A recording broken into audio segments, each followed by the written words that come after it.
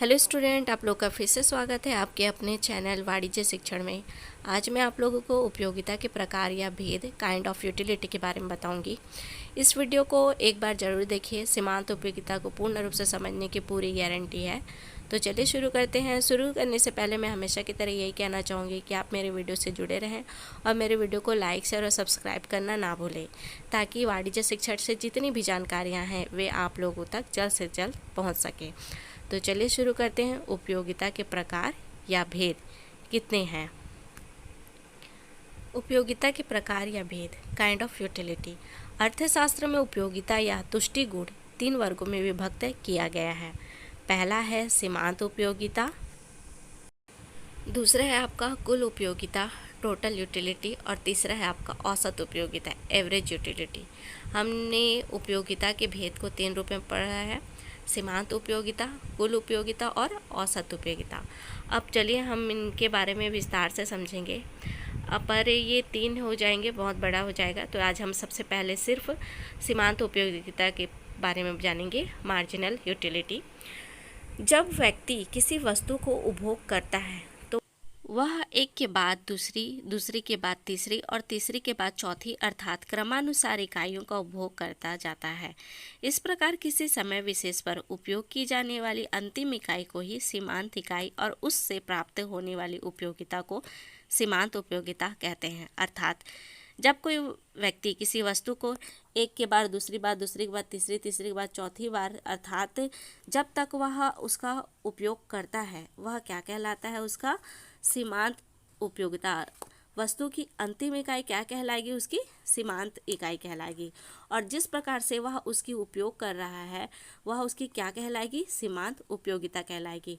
सीमांत उपयोगिता को आपको मैं एक सारणी के आधार पर समझाऊंगी, जिससे आपको सीमांत उपयोगिता की पूर्ण जानकारी प्राप्त हो जाएगी। इससे पहले हम सीमांत उपयोगिता के और भी डिटेल से और भी जानकारियाँ प्राप्त करेंगे। तो चलिए करते हैं। प्रोफेसर एले के अनुसार किसी व्यक्ति के पास किसी वस्तु के स्टॉक की अंतिम अथवा सीमांत इकाई की उपयोगिता या तुष्टि गुण को उस व्यक्ति के लिए वस्तु विशेष की सीमांत उपयोगिता या सीमांत तुष्टि गुण कहा जाता है। प्रोफेसर एली के अनुसार भी यही कहना है कि किसी वस्तु की अंतिम इकाई, मतलब उसको जब वह अंतिम बार उपयोग करता है तब वह क्या कहलाएगी? आपकी सीमांत इकाई कहलाएगी, और उसकी उपयोगिता सीमांत उपयोगिता या तुष्टि गुण कहलाती है। तो ये थी सीमांत उपयोगिता की परिभाषा, और जैसा कि मैंने कहा है कि आपको एक उदाहरण सारणी के आधार पर आपको इसको सविस्तार एक बार बताऊंगी। तो चलिए। सीमांत उपयोगिता के रूप: एक समय में एक ही वस्तु के लगातार इकाइयों के उपयोग करने से उसकी आवश्यकता की तीव्रता कम होती जाती है और एक ऐसी स्थिति आ जाती है कि जब वस्तु की और इकाई का उपभोग किया जाए तो उपयोगिता के स्थान पर अनुपयोगिता प्राप्त होने लगती है। अतएव सीमांत उपयोगिता के निम्नलिखित रूप होते हैं।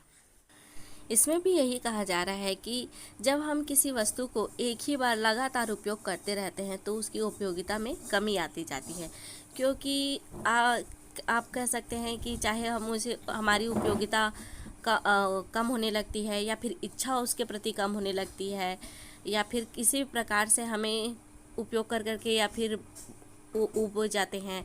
मतलब जो भी है, किसी वस्तु को बार बार उपयोग करने में उसकी उपयोगिता में कमी आ ही जाती है।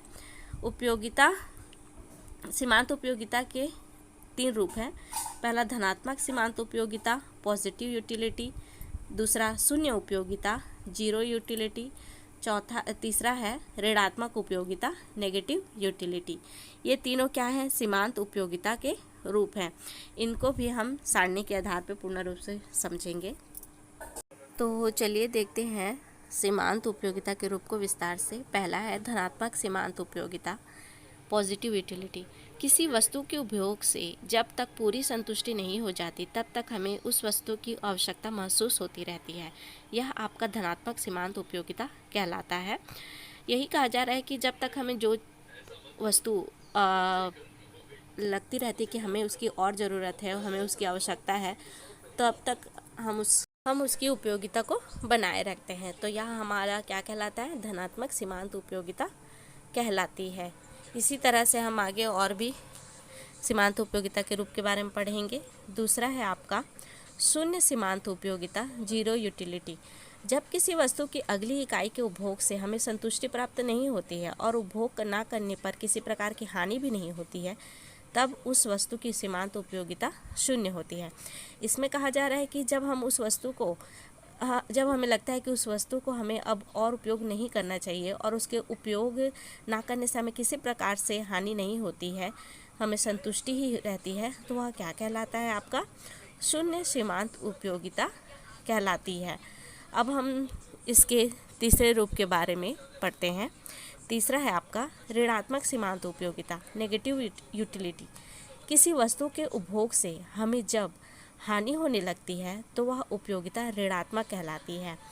इसमें क्या कहा जा रहा है कि जब हमें उस वस्तु के या फिर किसी भी वस्तु के उपभोग से हानि होने लगती है तो वह उपयोगिता हमारी ऋणात्मक उपयोगिता कहलाती है, ऋणात्मक सीमांत उपयोगिता कहलाती है। अब देखिए, यह है आपका सीमांत उपयोगिता तालिका। अब इसके आधार पर मैं आप लोगों को सीमांत उपयोगिता के बारे में पूर्ण रूप से बताती हूँ। यह है आपका वस्तु की इकाई, दूसरा है आपका सीमांत उपयोगिता और यह है कुल उपयोगिता। इसमें कहा जा रहा है वस्तु की अंतिम उपयोग से जब हमें संतुष्टि प्राप्त होती है वो हमारी सीमांत उपयोगिता कहलाती है। पहले बार में हम लोगों ने 50 के वस्तु खरीदी, चाहे 50 खरीदी, जितने भी मात्रा है ये उसकी सीमांत उपयोगिता है, ये उसकी अंतिम उपयोगिता है। और इसकी अंतिम उपयोगिता कितनी है? कुल 50। और फिर है आपका दूसरा 40।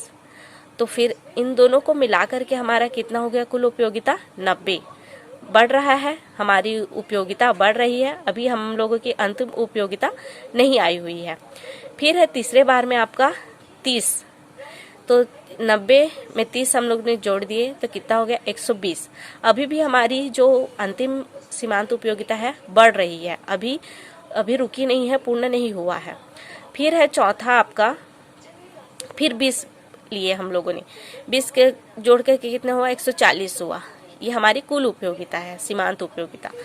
फिर है आपका पांचवा 10, तो ये कितना हो गया? 150। तो यहाँ पे जो हो रहा है वो आपका क्या है? यहाँ पे आपकी कुल उपयोगिता कितनी है? 150। ठीक है, यहाँ पे वस्तु की अंतिम इकाई हो जा रही है, क्योंकि आगे जब हम छठी बार देख रहे हैं तो छठवें बार में क्या है? हमारा 150 ही है, हम लोगों ने उसकी कोई भी उपयोगिता प्राप्त नहीं की है। यहाँ पे हम लोगों ने उसकी उपयोगिता प्राप्त नहीं की है, यहाँ पे हम लोगों को उसकी संतुष्टि हो जा रही है। तो ये हमारा जो क्या है वो है कुल उपयोगिता, अंतिम वस्तु, अंतिम इकाई है ये हमारी सीमांत उपयोगिता की। तो फिर छठवें बार में हम जब गया तो ये 0 है, यहाँ पे हम पूर्ण रूप से संतुष्ट हो चुके हैं और उस वस्तु की उपयोगिता नहीं कर रहे हैं, उपभोग उसका नहीं कर रहे हैं। फिर जब उसके बाद जब एक बार पूर्ण रूप से संतुष्ट हो चुके हैं और अगर हमें मान लीजिए फिर भी उसकी आवश्यकता पड़ जा रही है, तब हम उसकी ऋणात्मक रूप से, मतलब हम उसका उपयोग तो करेंगे लेकिन जैसे हम स्टार्टिंग में उसका उपभोग कर रहे थे उस प्रकार से नहीं करेंगे, क्योंकि हम वहाँ पे पूर्ण रूप से संतुष्ट हो चुके हैं। बट किसी कारण हमें उसकी आवश्यकता पड़ रही है तो हम उसे माइनस में उपयोग करेंगे, मतलब हमारी संतुष्टि पूर्ण हो चुकी है लेकिन उसकी आवश्यकता पड़ने के कारण किसी वजह से हम उसको माइनस में, कम रूप में उसको एक्सेप्ट करेंगे, उसकी उपयोगिता प्राप्त करेंगे। तो यहाँ पे हम लोग माइनस में होते जाएगा, है ना। तो यहाँ पे माइनस, तो यहाँ पे हमारी पूरी संतुष्टि हो चुकी थी, तो अगर माइनस में करेंगे तो यहाँ पे देखो अब ये जो 10 हम लोगों ने उपयोग किया है सीमांत उपयोगिता, ये इसमें से घट के 140 हो गई। और जब हम लोगों ने दूसरे बार किया तो 20 का किया तो यहाँ से 120 हो गई। तो अब मैं आप लोगों को इसके सूत्र, इसके नीचे उसका सूत्र भी दिया गया है। तो इसी तरह से आप मेरे वीडियो से जुड़े रहें और मेरे वीडियो को लाइक शेयर और सब्सक्राइब करना ना भूलें, ताकि जो सब्जेक्ट का चैप्टर वाइज हम लोगों ने स्टार्ट किया है वो आप लोग तक पहुंचती रहे और वाणिज्य शिक्षण से संबंधित जितनी भी जानकारियाँ हैं वे भी आप लोगों तक पहुंचती रहे। तो प्लीज़ मेरे चैनल को सब्सक्राइब करें और आगे हम उपयोगिता के और भी रूप और प्रकार भेद के बारे में पढ़ेंगे, जिसके लिए आप मेरे वीडियो से जुड़े रहें, मेरे चैनल से जुड़े रहें। Thank you.